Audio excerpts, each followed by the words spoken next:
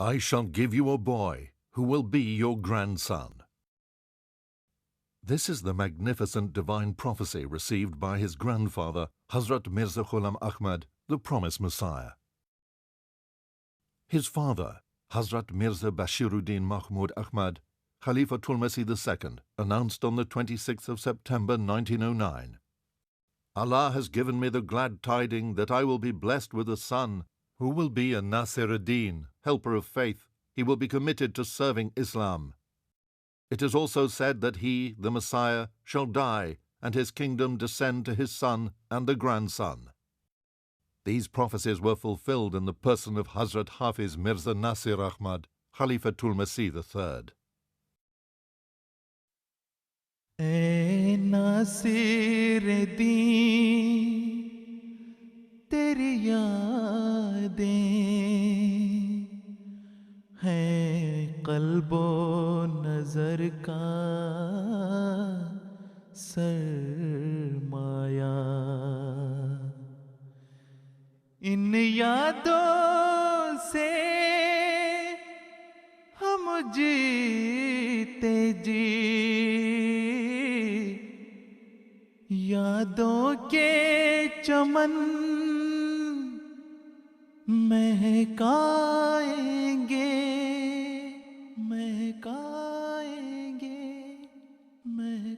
Hazrat Hafiz Mirza Nasir Ahmad, Khalifa.Became III, was born to Hazrat Mirza Bashiruddin Mahmud Ahmad and Hazrat Sayyida Nasir Mahmuda Begum Sahiba on the 16th of November 1909 in Qadian. Hazrat Jan and Hazrat Nusrat Jehan Begum, the wife of the promised Messiah ﷺ, she took care of Hazrat Khalifa.Became soon after his birth, and literally he was brought up all along in her custody and up until I think his marriage. Under the directions of his revered father, he committed the whole of the Holy Qur'an to memory at the age of 13 in 1922. He learned Arabic and Urdu from Hazrat Maulvi Sarwar Shah Sahib. Hazrat Mirza Nasir Ahmad Sahib, the Khalifa.Became III, was a highly educated person, not only in religious education but also in secular education. He joined the Madrasa Ahmadiyya, which is a school for Arabic and religious teachings. He passed from there and joined Jamia Ahmadiyya, from where he did his Maulvi Fazl degree from the Punjab University. He stood third in Maulvi Fazl examination and got top numbers. After the completion of his Arabic education as Maulvi Fazl, he joined the Government College at Lahore. He did his BA from the Government College, Lahore, and then his father, Hazrat Khalifa.Became II, Radiyallahu Ta'ala Anhu, decided that he should be sent to England for further education. On the 5th of August 1934, he was married to Hazrat Sayyida Mansura Begum Sahiba, who was the daughter of Hazrat Nawab Muhammad Ali Khan Sahib and Hazrat Sayyida Nawab Mubaraka Begum Sahiba. He then proceeded to England on the 6th of September 1934 for postgraduate studies at Balliol College, Oxford, and in due course obtained the honours degree of the University of Oxford and later became Master of Arts of the university. While in England, he started the publication of a quarterly magazine, Al-Islam. After completing his education, he returned to India on the 9th of November 1938. As a Khalifa.Became Salis returned from the UK after his studies in 1938, and he was appointed in Jamia Ahmadiyya in Qadian and as a lecturer, as a professor in Jamia Ahmadiyya, and then later on became its principal as well. A few years later, he was to become principal of the prestigious TI College, Rabwa. Hazrat Mirza Nasir Ahmad Sahib was the first principal appointed of this great institution.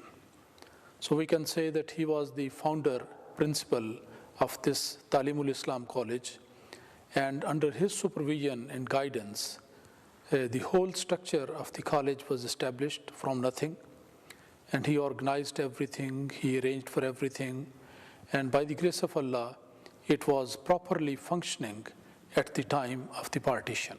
One can say that by the grace of Allah, in every aspect, the college was really a model for the rest of the educational institutions in Pakistan. And that was all done under the kind supervision and care and guidance of Hazrat Sahibzada Mirza Nasir Ahmad Sahib, who continued to be the principal of Talimul Islam College right from the beginning, from 1944 to 1965. One of his next appointments was to the post of the president of the Khuddam al-Ahmadiyya organization. Majlis Moosiyaan, as you're aware, was founded in 1938, and the following year, in 1939, Hazrat Mirza Salis Rahimullah was appointed as its Sadr, as its president. And at that time, there was no limit to the tenure as well, so he was its president for 10 years till 1949. And thereafter, it is not that commonly known even amongst our Khuddam as well, that Hazrat Khalifa.Became Sani then actually was also its Sadr, not just at its inception, but also took over the reins, because it was a very difficult period leading up to 1954 with the anti-Ahmadiyya riots as well. So Hazrat Khalifa.Became Sani, Hazrat Muslim became, for a good number of years, became its Sadr. And then for the day-to-day administration again, Hazrat Khalifa.Became Salis Rahimullah was its Naib Sadr, or the vice president. And he carried on in that position till 1954, and then, of course, in other capacities as well after that. At the time of partition, he stayed in Qadian, but immigrated to Pakistan on the 16th of November 1947. He was to play a major role in the setting up of the Furqan Force Battalion. Furqan Force was a body of members of the Ahmadiyya community. It was the brainchild of Hazrat Khalifa.Became Sani as a Muslim out. And it was primarily to ensure that the government of Pakistan, to give the government of Pakistan able-bodied people who could serve in Kashmir itself. Because at that time, especially with the first war over Kashmir as well, from 1948 onwards, it was felt that a lot of members were required to help out in various activities, not necessarily in fighting, but it was similar to perhaps the Homeland Force, which viewers in the UK perhaps may be able to relate to. And a lot of sacrifices were made at that time by a lot of individuals, and they lived in very harsh conditions in Kashmir, helping out in the low-lying areas around the war zones as well. And they assisted the people of Kashmir greatly at that time. Hazrat Khalifa.Became Salis Rahimullah, if I remember correctly, was there for roughly between a year to 2 years, from 1948 to 1950 perhaps. And again, a lot of members, some of the brothers were there as well, and a lot of members of the community were there serving at that time, staying away from friends and family, living in very harsh conditions at that time. In 1953, mass riots took place in Pakistan due to Ahmadi opposition. In 1953, a storm of opposition was raised by the non-Ahmadi ulamas against the Ahmadiyya community, demanding that the Ahmadiyya community should be declared a non-Muslim minority in Pakistan.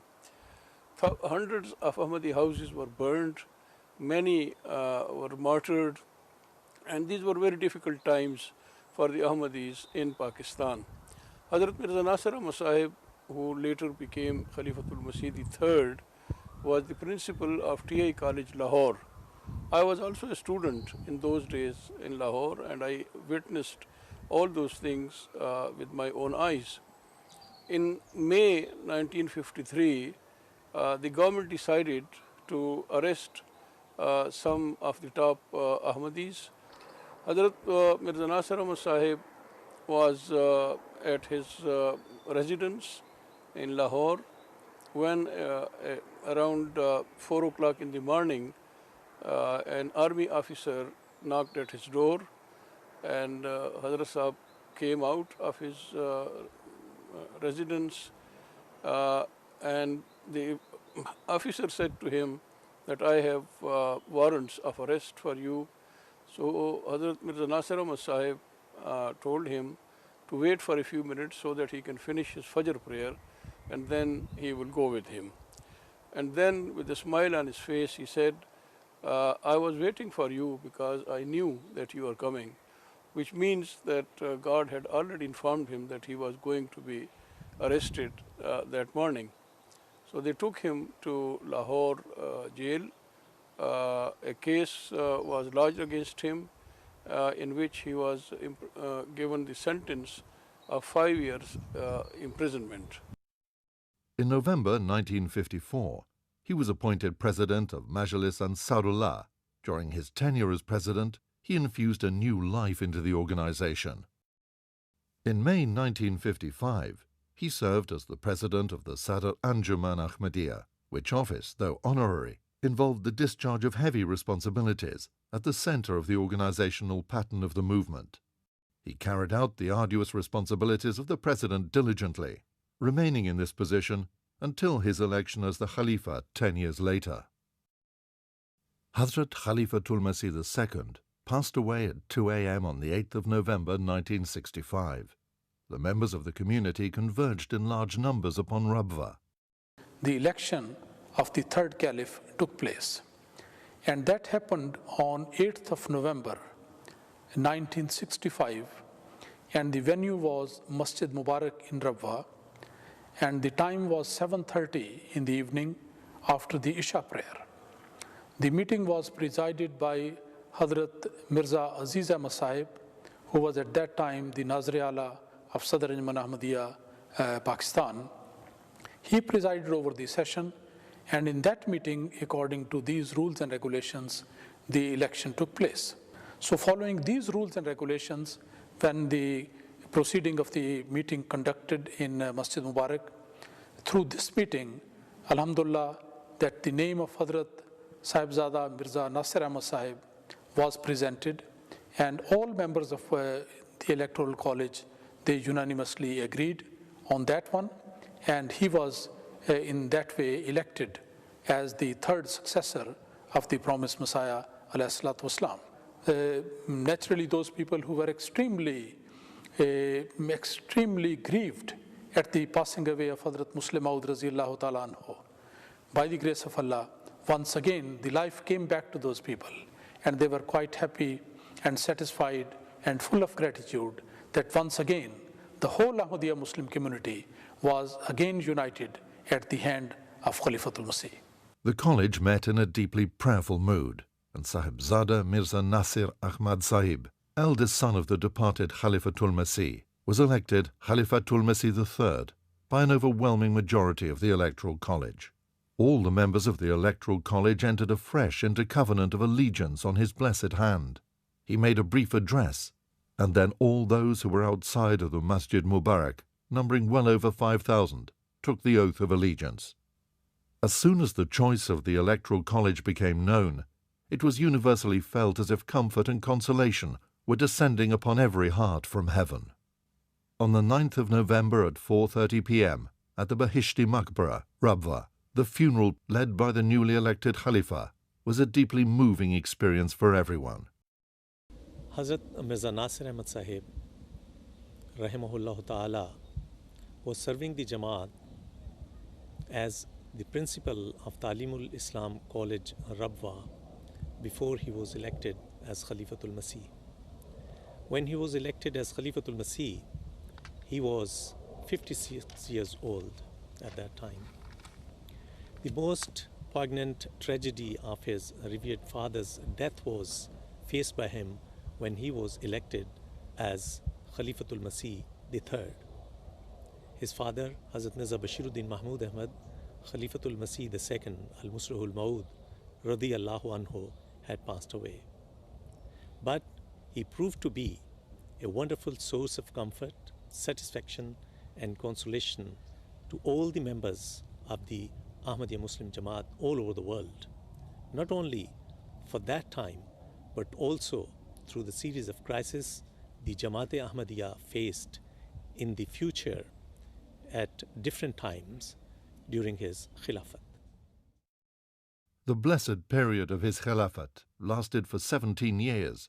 From the beginning of his Khilafat, he showed proof of great zeal and drive in the pursuit of the objectives of the movement. On 17th of December 1965, Huzur Rahimahullah Ta'ala's first year of his Khilafat initiated the very first project of his Khilafat, where he proposed that a network of food banks be created whereby no member of the community should ever go hungry. He also exhorted the members of the community to refrain from all kinds of un-Islamic rituals. The initiative was very successful. One of the most important projects which was also initiated during the early days of his Khilafat was the setting up of the Fadl-e-Umar Foundation in memory of Hazrat Khalifa.Became II on the 21st of December 1965. Before his birth, Hazrat Mirza made a prophecy, which is a very famous prophecy of Muslim Maud, in which he said that God will give him a son who will lead the nations and who will be a great man, and he will be a nation builder. So we believe that Hazrat Mirza Mahmud Ahmad Sahib, Khalifa.Became II, Raziyallahu Ta'ala Anhu, was the Muslim Maud. When he died, it was decided that a foundation should be set up which should carry on with the work that Hazrat Khalifa.Became did in his own lifetime. The first project was to write a biography of the life of Hazrat Khalifa.Became II, Raziyallahu Ta'ala Anhu. The first part of it was done by Hazrat Mirza Tahir Ahmad Sahib, Rahmatullah alayh, which has already been published. There are various other projects which are being done by the Fadl-e-Umar Foundation these days, and it has done a lot of work. There are scholarships that are being given by Fadl-e-Umar Foundation for students to go abroad and study. So it's a vast scheme, and by the grace of God, they are doing a very, very good job. A new building was constructed for the Khilafat Library in Rabwa, which was one of the projects envisioned by the foundation. So in 1970, the foundation stone of the Khilafat Library was laid by Hazrat Khalifa.Became III at Rabwa. In 1971, the inauguration ceremony took place. I was present during this ceremony, and it has more than 100,000 books now. I think this is the largest library in the outskirts of that particular area. Among various other projects carried out under the auspices of this foundation were construction of a guest house in Rabwa, publication of the book Hukbat-e which contains all the sermons of Hazrat Khalifa.Became II in 3 volumes. Cash prizes were awarded to scholars who submitted their dissertations to the foundation on a wide variety of topics. On the 12th of March 1966, Huzur introduced the short-term dedication project known as the Waqfe Aarzi. The purpose of this project is to promote the learning and teaching of the Holy Qur'an, as well as imparting a religious knowledge to local members. At their own expense, under Waqfe Aarzi, thousands of Ahmadis are teaching the Holy Qur'an to the members of the community, exhorting them to do good deeds and shun evil. The net result of this activity is that members of the Ahmadiyya Muslim community are receiving religious education and moral training. A famous revelation of the promised Messiah is, "Kings will seek blessings from thy garments." This prophecy was first fulfilled during the time of the Third Khilafat in the person of Sir Singate, who was elected Governor-General of Gambia, West Africa. Mr. Singate, a devout Ahmadi Muslim, was previously president of all the Ahmadiyya branches in Gambia. Once Singate was elected as head of state of the Gambia, he said fervent prayers, thanked Allah for his elevation. For some time, he continued to pray. Then after his prayers, he made a request. And everybody sees that that was a historic request. And the request was to requested Hazrat Khalifa-Became the third that if he could give him a piece of the promised Messiah's garment. In 1967, Huzur travelled to Europe for the first time after becoming Khalifatul Masih. This journey was beneficial in many aspects and significant according to an earlier glad tiding given by God Almighty. Ominous signs of God's support and succor were observed by all. He visited Germany, Switzerland, Holland, Denmark and England. Whilst in Copenhagen, Huzur inaugurated the Nusrat Jehan Mosque on the 21st of July 1967.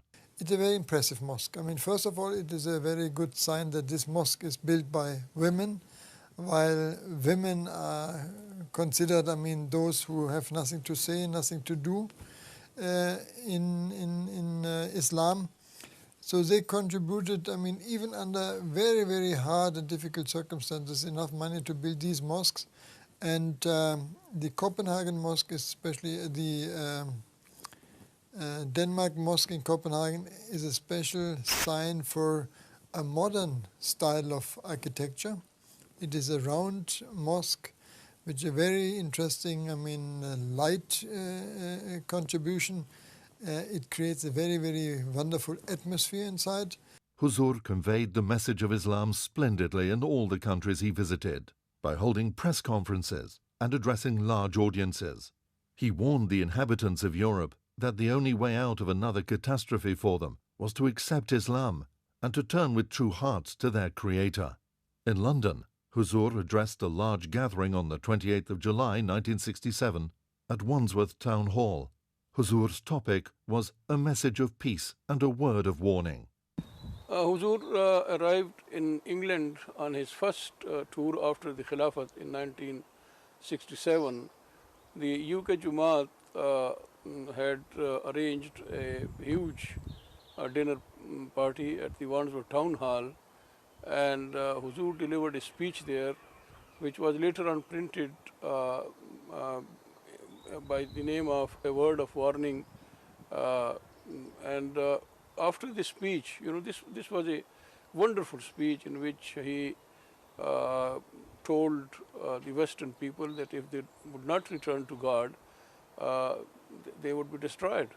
So the next day and a few days afterward also, this speech was, some parts of the speech was reproduced in the newspapers of England and then in the newspapers of the world. So this is it's a small pamphlet, but it's very important because Huzur made some prophecies in it, and he warned the Western nation to return to God. While in London, he attended the 4th annual convention, known as the Jalsa Salana of the Ahmadiyya Community in the United Kingdom. This was the first annual convention of the community in the United Kingdom graced by a Khalifa. Huzur addressed the Jalsa on the 30th of July 1967. Africa has to play a very important role in the life of man in times to come.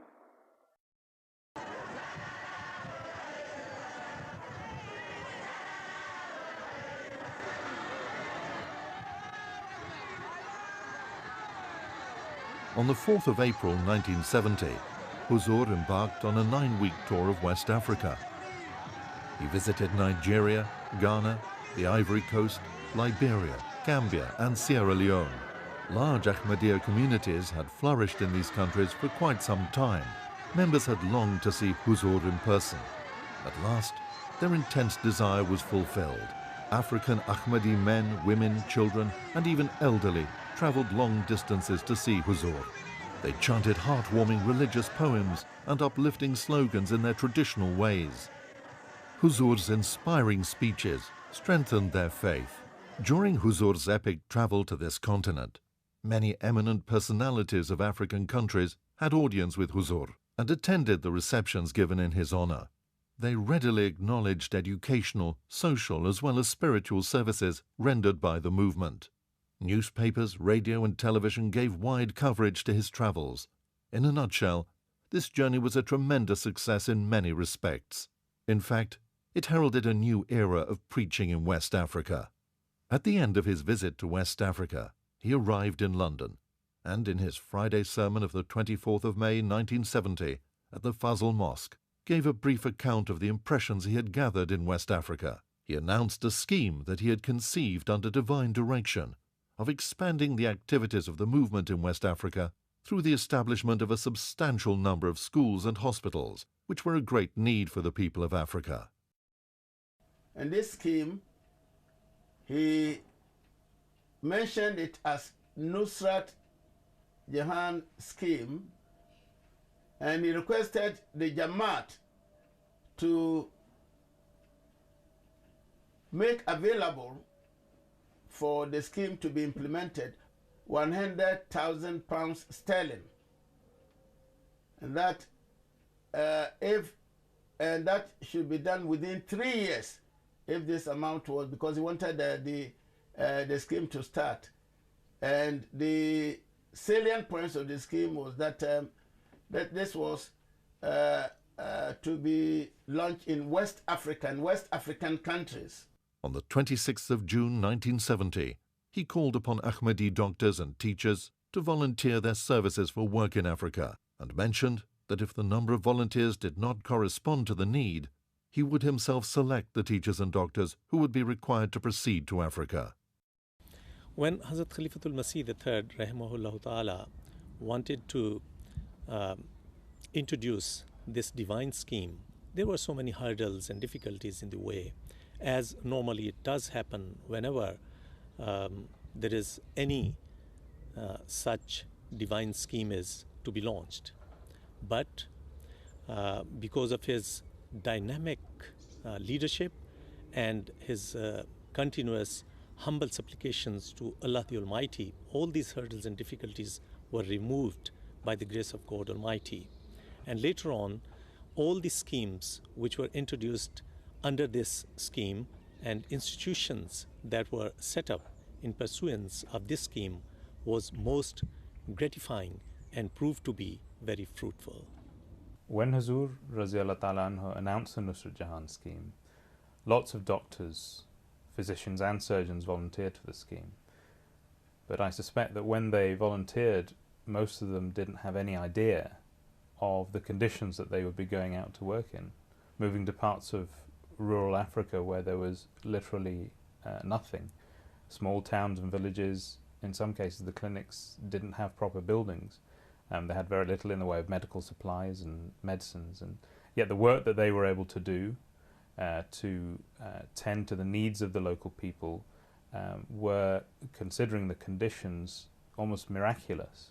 And although their aim was to help as many people as possible for free, they were still successful from a financial point of view, such that they were able to build the buildings that they needed, able to equip them with the medical supplies that they needed in order to run their clinics as well as possible.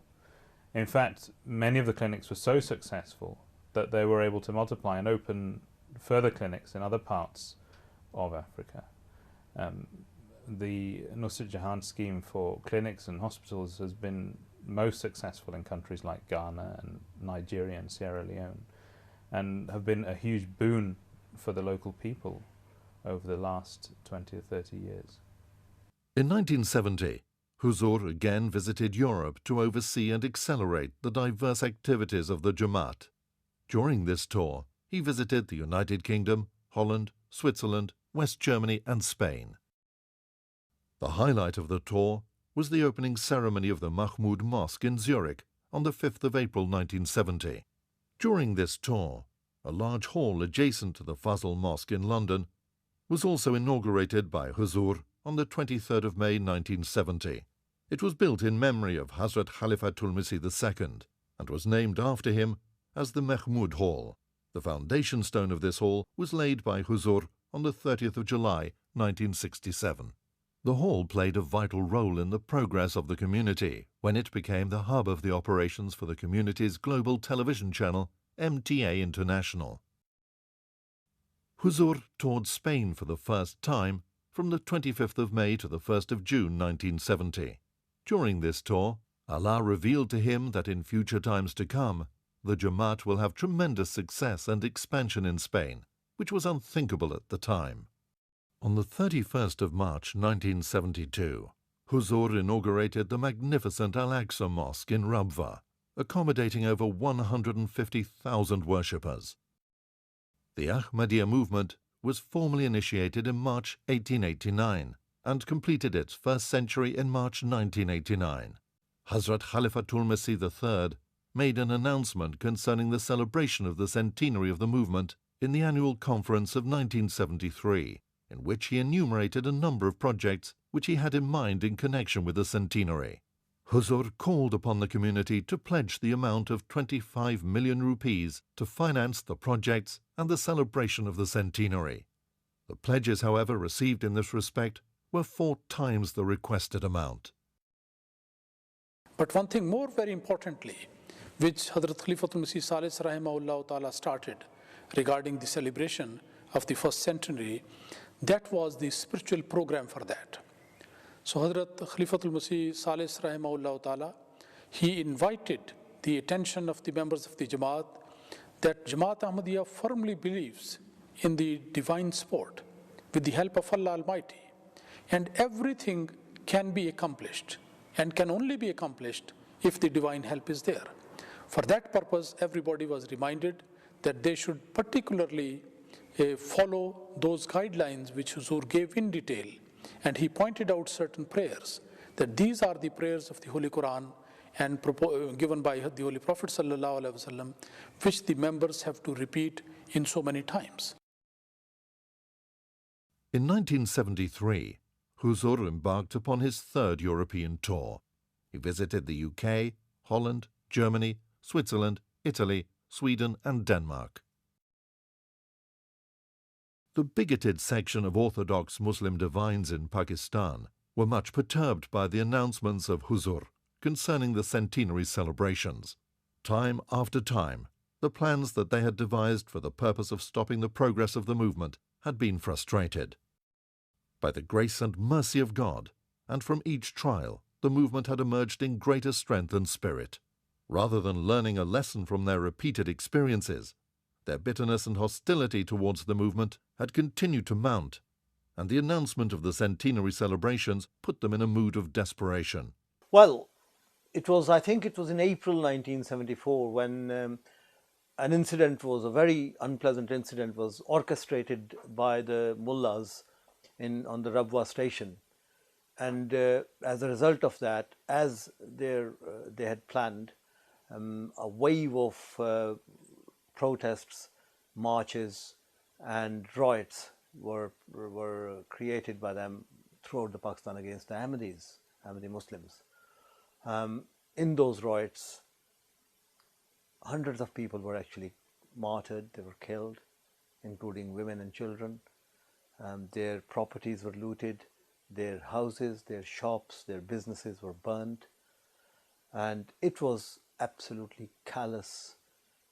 And the important thing is that throughout these atrocities against humanity, for no reason other than the faith, that the police and the federal security services, they all were present there in hundreds, but they always stood purely as they looked upon, and they enjoyed the scenes. They did not intervene, they did not even take any steps to stop these atrocities.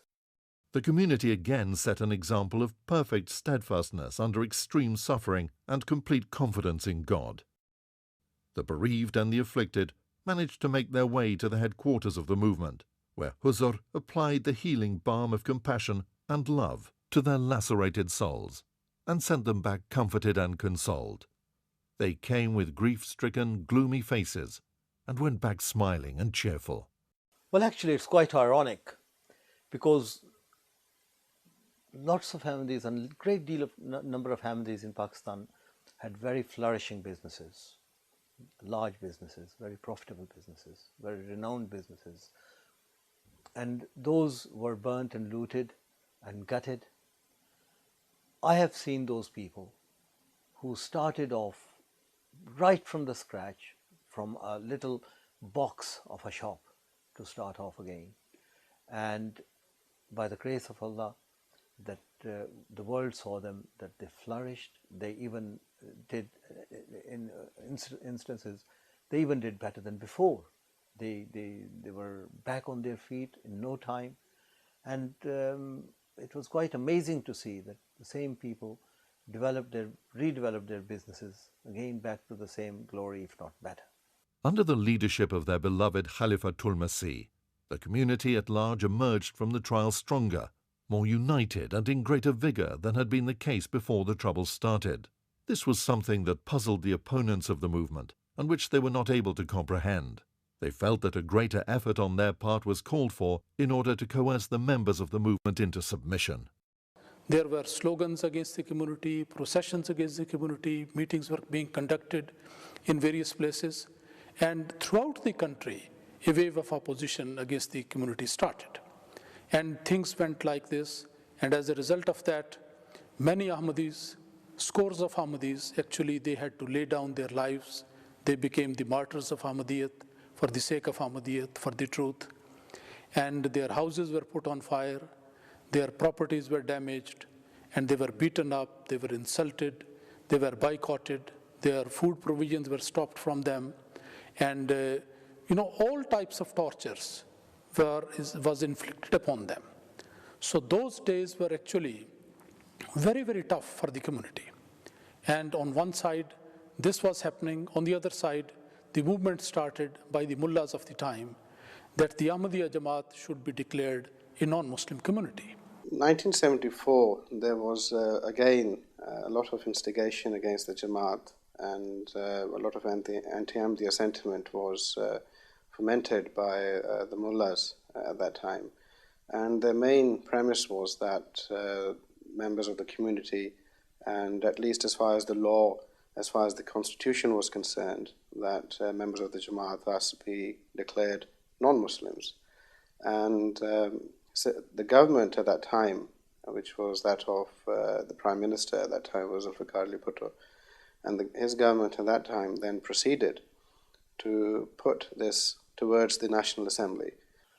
In September 1974, Hazrat Khalifatul Masih Salis Rahimahullah was summoned to the National Assembly of Pakistan, in which this was again an orchestrated drama by the National Assembly, that they questioned Hazrat Khalifatul Masih in minutest details, at length, about the doctrines, about the faith, about the basis of the faith of Ahmadiyyat in Islam, to which Hazrat Khalifatul Masih Salis Rahimahullah and his team were able to provide answers in so unambiguous and detailed and satisfactory manner that it actually ridiculed, it was as a result, the whole assembly was ridiculed, and it made them look ridiculous in their own eyes. Nevertheless, as it had already been planned, the motion was carried by the National Assembly, it was sent to the Senate, and within the matter of hours of having been sent, it was passed by the Senate, just as it had been planned. Despite repeated requests, the proceedings of the Committee of the National Assembly have not yet been made public, proof that the opponents of the movement did not emerge with any credit from the proceedings. As has always been the case in the history of the movement, this is only one side of the picture. Naturally, that was very disappointing, that was totally wrong. But the result was that while this decision was taken on one side, there was a lot of people within Pakistan who became more curious, and they decided that we should find out what is the reality about that, instead of taking the decision in this way that, well, if the government has decided, that must be right. There were many, many people in all parts of Pakistan who became very curious that after all, why this decision has been taken. So let's go and find out. So the result was that more and more people contacted the Ahmadis here and there and demanded for literature and demanded for explanation and wanted to have more and more information. And also, large number of people, they started visiting Rabwa. The instigation against the Jamaat at that time, and after the motion was tabled, there was a lot of anti-Ahmadiyya sentiment, and really it was to ensure that the government of that time coerced and confirmed, and basically through the legislative body declared us as non-Muslims. But what happened was that once we were declared as non-Muslims, then the mullahs, the Maulvis, and those creating trouble for us thought they had succeeded, and the riots basically broke up because they had achieved their aim.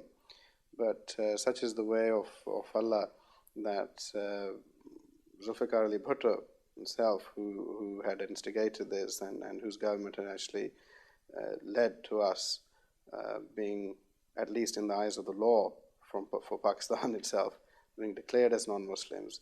He himself was, through the instigation of General Zia in 1979, and in league with the same people, really, who had instigated this, then they got rid of him, and he was executed after, again, a trial.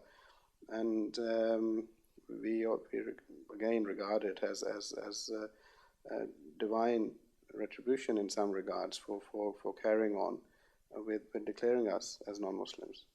In 1975, Hazrat Khalifatul Masih III visited the United Kingdom, West Germany, Denmark, Sweden, Norway, Holland and Switzerland. Laying the foundation stone of the Nasir Mosque at Gothenburg, Sweden, on the 27th of September 1975, was a momentous event of this tour. In July 1976, Huzur paid a visit to Ahmadiyya communities in the United States and Canada. Huzur arrived in Washington on the 25th of July 1976 and visited New York, Dayton and New Jersey. This was the first time that an Ahmadi Khalifa had travelled to this part of the world. This was indeed a very successful visit. Various Ahmadis got the opportunity of meeting with the exalted personage and benefiting from his sublime discourses. He attended various receptions and press conferences while he was in North America.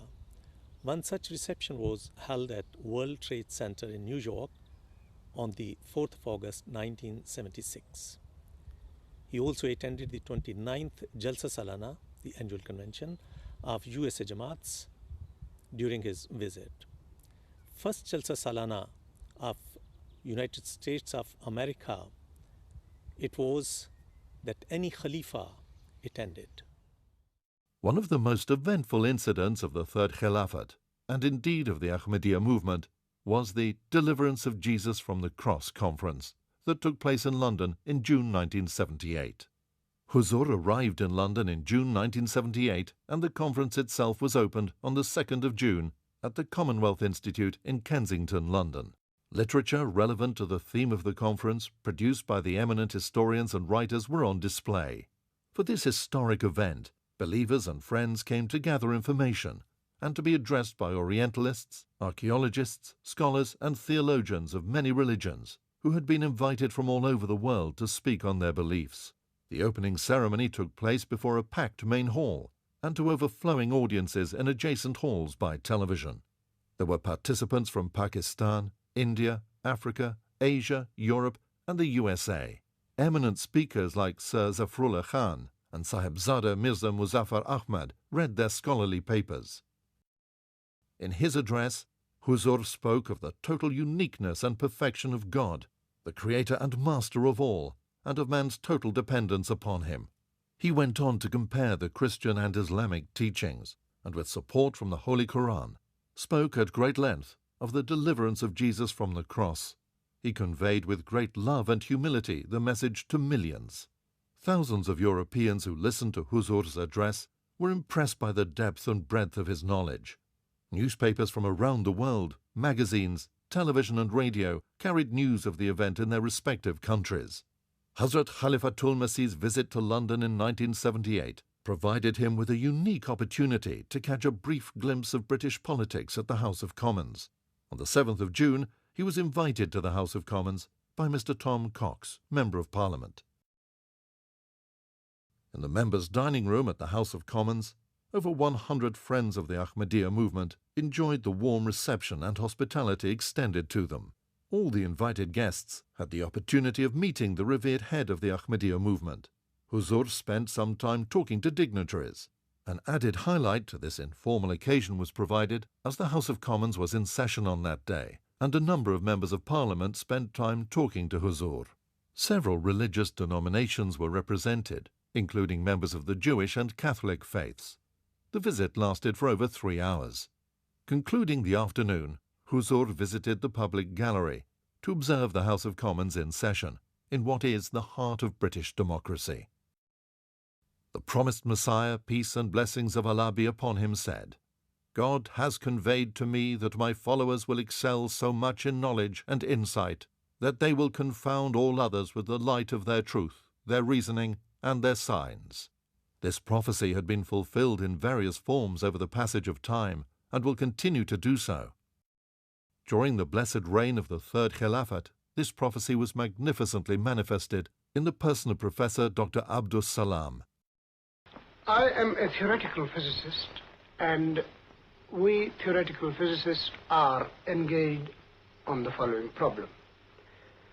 We would like to understand the entire complexity of inanimate matter in terms of as few fundamental concepts as possible.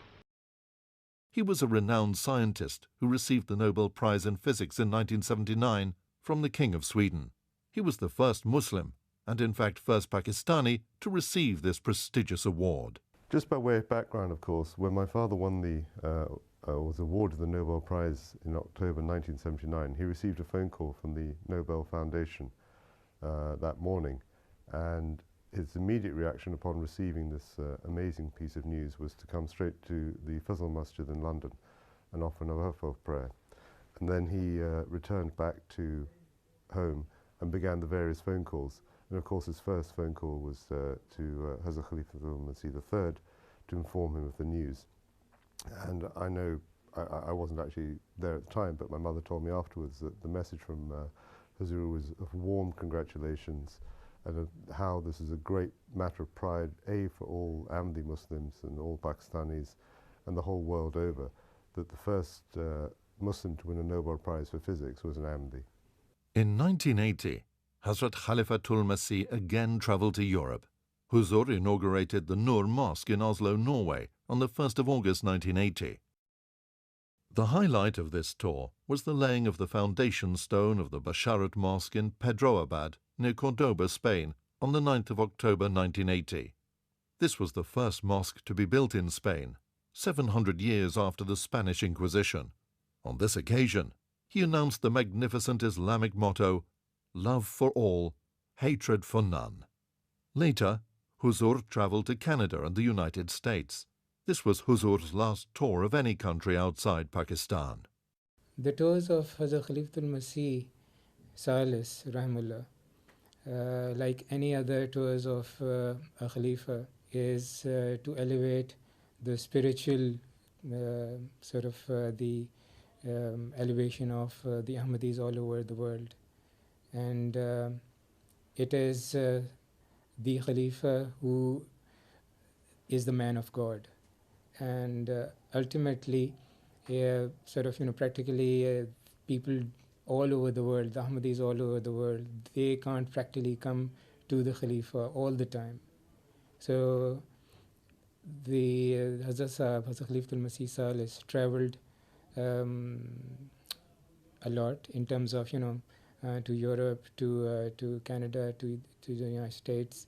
And there he had the opportunity to meet Ahmadis, as well as to actually proclaim and spread the message of Ahmadiyya, the true Islam. So that was the first contact those Ahmadis had after a long time, who couldn't actually come to Pakistan all along. So that was one significance, that number one, Ahmadis could actually get in touch with their beloved Khalifa. Number two, even those people who were non-Ahmadis or Christians in this Western world, Europe or Canada or States, they had the opportunity to listen to the words of the Khalifa, the man of God, and that was their opportunity to listen to the true message of Islam. So the message, the beneficence, the benefit of the visit was twofold, for the Ahmadis as well as for the non-Ahmadis in general. Hazrat Sayyida Begum Sahiba, the first wife of Khalifa-Became Salis Rahimullah, passed away after a brief illness on the 3rd of December, 1981. And she was the daughter of Hazrat Nawab Begum Sahiba, the daughter of the promised Messiah alayhi salam. The children of Hazrat Khalifa-Became Salis Rahimullah from his first wife were Sahibzada Mirza Anas Ahmad Sahib, Sahibzadi Amtul Shakur Begum Sahiba, Sahibzadi Amtul Halim Begum Sahiba, Sahibzada Mirza Farid Ahmad, and Sahibzada Mirza Luqman Ahmad. After the demise of his first Begum, in 1982, Hazrat Khalifa Salis again decided and thought about remarrying. And it was a step he took not very lightly. He prayed and supplicated for 40 days. He also requested the elders of the Jamaat at that time to do dua istikhara. And eventually he was reassured, divinely reassured, that his supplications had been met, and that he was comforted that yes, he felt he was comfortable with proceeding with the marriage. And I think on the 11th of April in 1982, he had the nikah and he was married to Sayyida Tahira Siddiqa Sahiba, and she is the daughter of a very devout Ahmadi. His name was Abdul Majid Khan Sahib of Veeraval, and this was again in April 1982, and Hazur Mr. Salis Rahimahullah passed away in June 1982. So the marriage was for a few months, but again it was at that time. Before that, it was again the Jamaat again felt very comforted by it as well. In June 1982, while Huzur was visiting Islamabad, he suffered a severe heart attack. He passed away on the 9th of June 1982 at 12:45 p.m. in Islamabad at the age of 73. May his soul rest in peace. After his death, Hazrat Khalifatul Masih, the janazah was brought to Rabwa. There was the election of the fourth Khalifa, who was Hazrat Mirza Tahir Ahmad Rahimullah. And it was in the evening of the election that the janazah, the tadfeen of Hazrat Khalifatul Masih Sadis Rahimullah took place in Beheshti Maqbara. And I still remember those days, because I was very standing or walking as well all along, very close to Hazrat Khalifatul Masih Rabi Rahimullah. So I remember very well, clearly those days and that special evening, because they were like, it was unimaginable, because it was like hundreds and thousands of people all over. So wherever one could see, it was like a crowd, and people had gathered from all over the world to offer their respects and to participate in the janazah of Hazrat Khalifatul Masih Salis Rahimullah. Huzur's passing was a grievous loss to the community, but everyone bore the tremendous loss with fortitude, keeping in view the sublime teachings of Islam. During the 17 years of his Khilafat, Hazrat Khalifatul Masih III, with his unique leadership and strength, was certainly able to expand and serve the Jamaat remarkably. उसकी सूरत हसी, उसकी सीरत हसी, वो शगुफ्ता दहन, वो कुशादा जबीं, दर्स अहले वफा को यही दे गया, प्यार सबसे किसी से भी नफरत नहीं।